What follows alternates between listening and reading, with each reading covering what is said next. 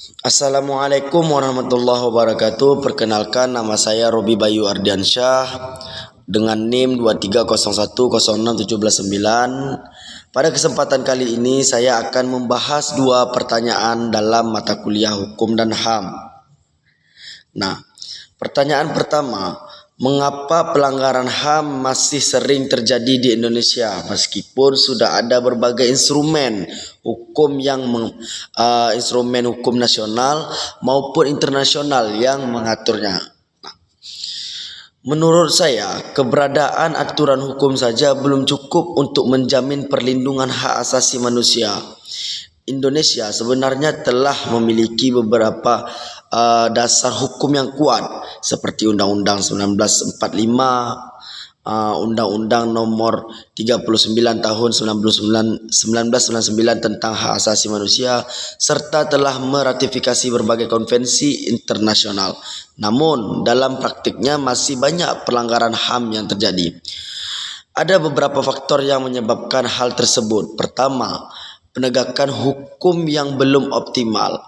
Dalam beberapa kasus proses hukum masih menghadapi berbagai kendala, mulai dari lambatnya penyelesaian perkara, kurangnya bukti, hingga adanya dugaan intervensi kepentingan tertentu. Akibatnya, korban seringkali belum memperoleh keadilan secara maksimal. Kedua, rendahnya kesadaran masyarakat terhadap hak asasi manusia itu sendiri. Masih banyak orang-orang yang belum memahami bahwa setiap individu mereka harus dihormati. Akibatnya, tindakan diskriminasi, perundungan, kekerasan hingga ujaran kebencian masih sering terjadi di dalam kehidupan sehari-hari maupun media sosial. Ketiga, adanya penyebab kekuasaan di dalam kondisi tertentu. Kewenangan yang dimiliki oleh seorang atau lembaga mengabaikan hak-hak masyarakat. Ini dapat menimbulkan ketidakadilan apabila tidak diawasi dengan baik.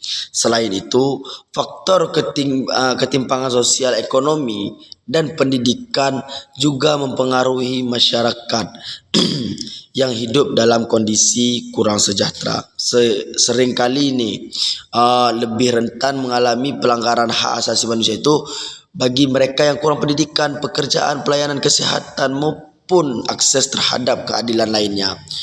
Menurut saya, solusi yang dapat dilakukan adalah memperkuat penegakan hukum secara adil dan dapat status sosial ataupun jabatan seorang. Kemudian pemerintah perlu meningkatkan pendidikan dan sosial mengenai HAM sejak usia dini. Masyarakat memahami hak dan kewajiban mereka. Selain itu, pengawasan juga terhadap aparat penegak hukum harus diperkuat, transparansi dan akuntabel.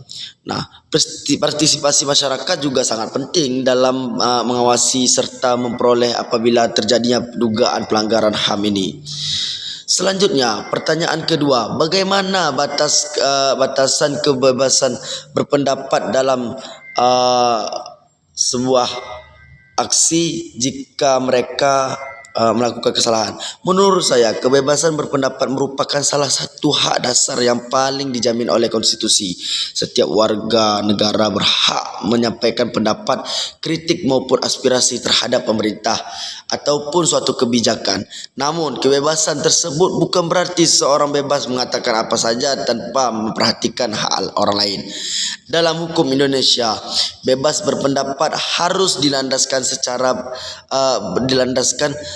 dengan data secara bertanggung jawab. Artinya, pendapat yang disampaikan tidak boleh mengandung fitnah, penyebaran berita-berita bohong atau hoax maupun kekerasan.